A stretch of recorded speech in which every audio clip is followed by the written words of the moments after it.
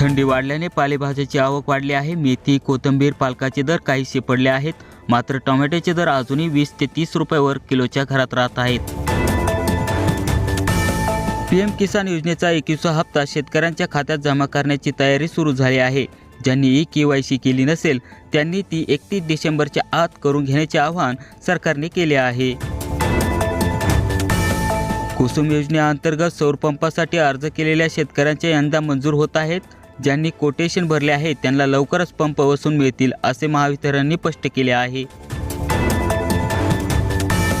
सूक्ष्म सिंचन योजनेअंतर्गत ठिबक, तुषार, प्रलंबित अनुदान शेतकऱ्यांच्या खात्यावर जमा करण्यास गती देण्यात आली आहे। महाडीबीटी पोर्टलवर आपले स्टेटस तपासा।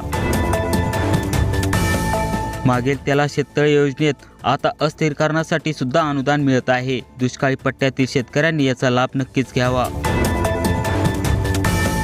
राज्यात थंडीचा कडाका वाढला आहे। उत्तर महाराष्ट्रात आणि विदर्भात किमान तापमान 10 अंशाच्या खाली गेले आहे। हवामान कोरडे असल्याने रब्बी पिकांसाठी हे वातावरण पोषक राहील।